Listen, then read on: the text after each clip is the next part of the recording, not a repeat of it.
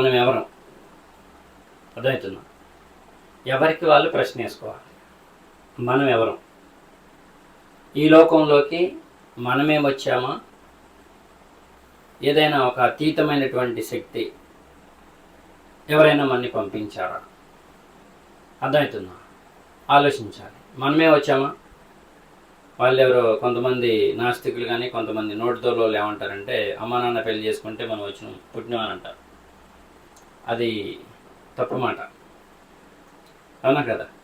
అలా అంటారని అల్లా ఏం చేశారంటే, దైవం ఏం చేశారంటే వేల మందికి సంతానం ఇచ్చి, మరి పెళ్ళైన వాళ్ళందరికీ పిల్లకాయలు పుట్టాలిగా, అందరికీ సంతానం పుట్టాలిగా.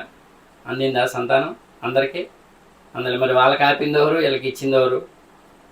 బుర్ర తక్కువతో మనం మాట్లాడితే నీ బుర్రని సరైన అదుపులో పెట్టుకొని చెప్పి, నీ నోటిని సరైన అదుపులో పెట్టుకొని చెప్పి వెంటనే మనకి అక్కడ సూచన ఉంటుంది.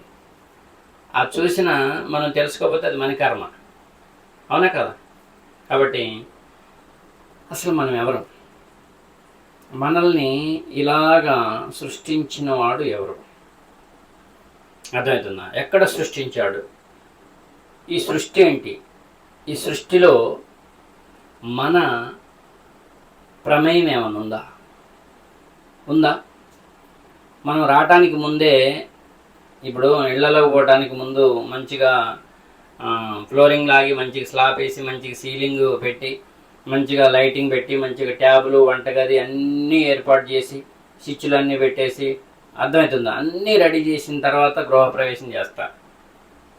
మరి అలాగా మనం ఈ లోక ప్రవేశం చేయడానికి ముందు మన తాతో మన డాడీయో ఎవరన్నా వచ్చి మొత్తం నా కొడుకు వస్తుండో, ఇగో నా మనవడు వస్తుండో అని చెప్పి ఈ భూమిని ఇట్లా పరిచి, ఆకాశాన్ని ఎత్తుకు పరిచి, ఇక్కడ ఒక లైటు, సూర్యుడు అనే లైటు, చంద్రుడు అనే లైటు, 2 లైట్లు పెట్టి, ఇప్పుడు మనం కూడా లైట్ పెట్టుకున్నాం.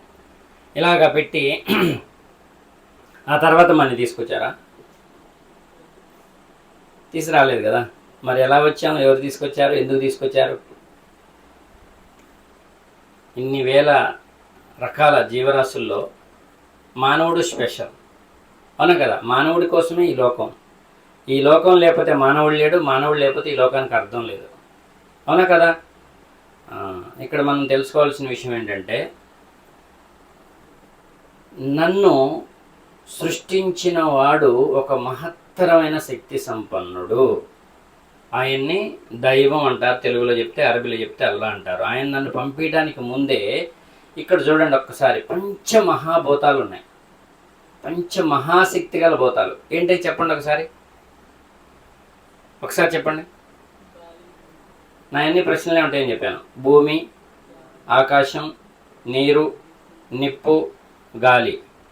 అర్థమవుతుందా? ఈ పంచమహాశక్తి గల భూతాలు అన్నాను, పంచభూతాలు అన్నాను. ఎంత శక్తి ఉందో వాటికి చెప్పండి ఒకసారి.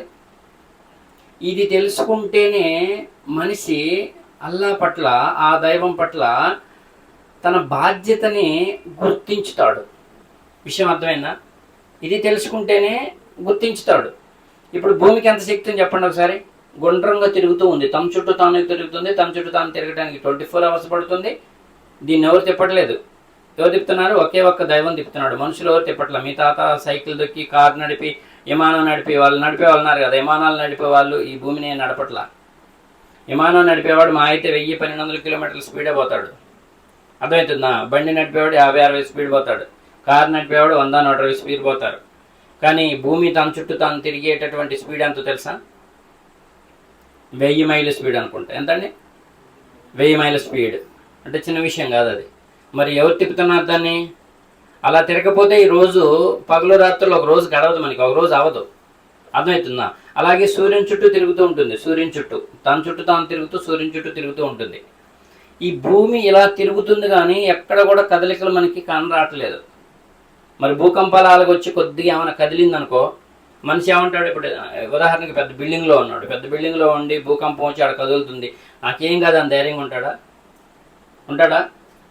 బెంబేలు ఎత్తిపోయి భయంతో వెన్నులో వణుకు పుట్టి దేవుడా దేవుడా దేవుడా నడుచుకుంటూ మైదానానికి వెళ్ళి ఉరుకుతాడు, అవునా కదా? అర్థమైందా? రెండోది ఆకాశం నుంచి ఒక తొనకు ఊడి ఏమన్నా, అప్పుడు అన్నారు ఆ ఉలకలో తోక చుక్కలు ఏదో మొత్తం ఏదో పడుతుంది, ఏమన్నారండి? అప్పుడు ఏదో ఢీకొంటుంది అని చెప్పారు. అది ఏం ఢీకొందు, ఎందుకంటే అలా అంటున్నాడు, గ్రహాలన్నింటినీ తమ కక్షల్లో తేలి ఆడేటట్టు చేసి దానికి ఢీ కొనకుండా ఒక్క గ్రహం కాదు, నవగ్రహాలే కాదు, నక్షత్రాలు, కోటాను కోట్ల నక్షత్రాలు, గ్రహాలు, పాలపంత, ఇదంతా మిల్కీ వేవ్ పటిష్టంగా ఒక దాంట్లో ఒకటి దూరిపోతాయి. కానీ ఏది కూడా దేన్ని ఢీ కొనదు. ఢీ కొంటే ఈ సృష్టి ఉండదు. ఆకాశం నుంచి ఒక తొనక కూడా ఊడి మీద పడదు. కాబట్టి ఈ బలమైన మానవుడి కంటే బలమైన శక్తి ఆకాశమా కాదా? మానవుడి కంటే బలమైన శక్తి భూమికి ఉందా లేదా? అలాగే నీరు, భయంకరంగా వర్షం వస్తుంది, వర్షం వచ్చి వరద వస్తుంది, వరదలోంచి కొట్టుకొని పోతాడా లేకుంటే తట్టుకోలేస్తాడా? అర్థమవుతుందా? కొట్టుకొని పోతాడు. సుడిగుండాలు వచ్చినాయి, నీ ఎంత గజ ఈతగాడైనా ఏమవుతుంది? నీరుకి ఎంత శక్తి ఉంది? మానవుడి కంటే ఎక్కువ శక్తి ఉంది. అర్థమవుతుందా? నిప్పుకి ఎంత శక్తి ఉంది? దావాలానంగా వ్యాపించింది నిప్పు, అగ్ని, దాన్ని ఆర్పలేకపోతున్నాడు. అర్థమవుతుందా? అప్పుడు ఏమవుతుంది? మానవుడు దాని నుంచి దూరంగా పరిగెత్తడం వలన దాన్ని దూరంగా పరిగెత్తలేని, దాని నుంచి తప్పించుకోలేనప్పుడు దాంట్లో పడి భస్మం అయిపోవటం అన్న జరిగిద్ది. ఇంత పెద్ద పెద్ద శక్తి గల ఈ పంచభూతాల మధ్య మానవుడు అన్నీ బాగుంటే ఏమంటాడు?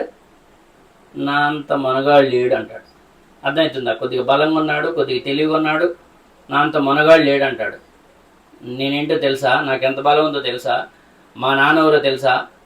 అర్థమవుతుందా? నాకెంత ఉందో తెలుసా అని అంటాడు. ఇలాంటి మానవుడు కంట్లో నలకబడ్డది.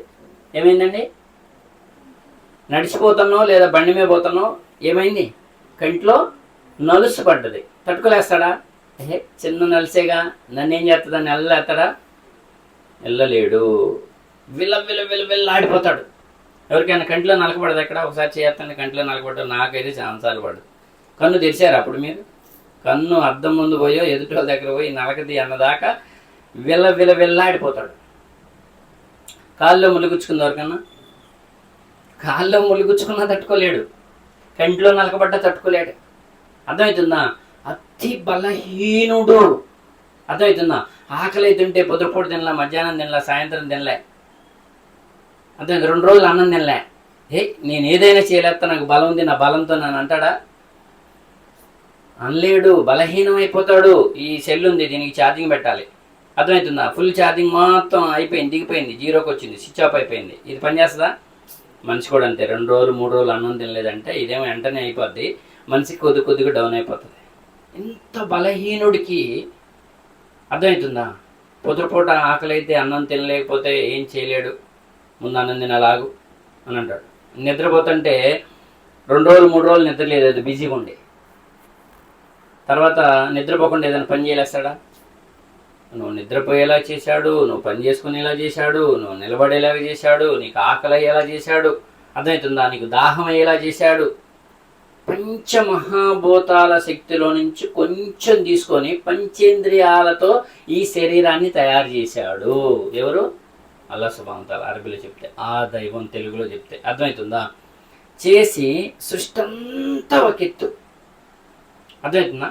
సృష్టి అంతా ఒక ఎత్తు, మానవుడు ఒక ఎత్తు. ఒప్పుకుంటారు ఈ విషయాన్ని? ఇప్పుడు ఉదాహరణకి కోతి ఉంది.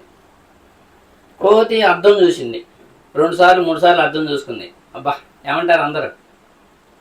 ఆశ్చర్యం అయితే కాదా? అది తీసి ఎవరన్నా వీడియో తీసి సోషల్ మీడియాలో పెడితే పెద్ద వైరల్ అవుతుంది. కోతి అద్దం చూస్తే న్యూస్ కాదు, కానీ మానవుడు లేస్తే అద్దం చూసుకుంటూ ఈ అద్దం ముందున్న ఈ మనిషి యొక్క అందాన్ని, శరీరాన్ని సృష్టించినోడు ఒకడు ఉన్నాడని గుర్తించకపోవడం ఎంత శోచనీయం. అర్థమవుతుందా? ఇక్కడ దేనికోసం ఉంది మరి సృష్టి? కోతుల కోసం కాదు, పశువుల కోసం కాదు, పక్షుల కోసం కాదు. అర్థమవుతుందా? ఒక ఇంకేదో కోడి పుంజో ఇంకేదో వచ్చి, లేకుంటే ఇంకేదన్నా ఒక జంతు పేరు చెప్పండి, అది వచ్చి సిస్టమ్ ముందు కూర్చొని ల్యాప్టాప్ నొక్కింది అనుకో 2-3, ఏమవుతుంది?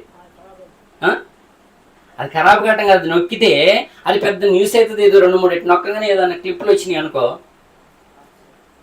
అంటే లేస్తే మనిషి కంప్యూటర్ ముందే ఉంటున్నాడు, ఇది న్యూస్ కాదు. అర్థమైతే మన మైండ్ ఒప్పుకోవట్లా. మేమేదో సొంతంగా తెలియగలం, మేమేదో సొంతంగా శక్తి గలం, మాకేదో సొంతంగా మైండ్ వచ్చింది, జ్ఞానం వచ్చిందని అనుకుంటున్నాం. ఇది దైవ ప్రసాదితం. ఈ జ్ఞానం అనేటటువంటి విషయం వదిలేశాం.